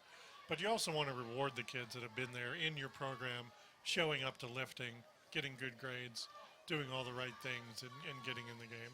Yep, this is what keeps kids around and keeps kids coming back when they can get a little taste of the game and be out on the field. So Heidorn's back in the shotgun. He'll hand that off. I think that's another handoff to Rutz. And see Caden Hibbard in on the tackle there on the D line for the Hawks. Hibbard and Bontrager, who we haven't called their name too much today. And but they do a nice job up front. You see Bontrager as well, played both directions. yep. So you know, they pick up a first down there, and I think Coach Haynes is doing the same thing, seeing about 4 or 5 of the East defensive starters coming off the field there, with a bunch of replacements, second string guys going in, and they're going to get some playing time. So Yeah, it's an honor to be there under the lights. Friday night under the lights, September 11th. Great night for football. Parents coming to watch, so good to see other players getting in there. yeah, down 22 points, maybe not a bad idea, as number 26 Josh Shaw gets the handoff there for the Lancers, running right at us, east and west. Didn't actually lost yardage on that play. The Hawks did a great job of stretching that out. I saw Jaden Palmore-Lett come all the way across the field to contain and make that tackle there. So we'll try to pick up some of those numbers, about 5 or 6 replacements there for the Thunderhawks on the defense between the defensive line, linebacker, and DBs. So here goes Hydorn out of this shotgun. He does a quick catch and throw, which is what we saw the Lancers start off with their first string guys. And that's going to be incomplete over there. Ben Schlief, the intended target there. Big target, and it was in his hands. He just couldn't pull it in. So just over 3 minutes left, Dave. Looks like Zachary Davis was on the coverage there to break that up.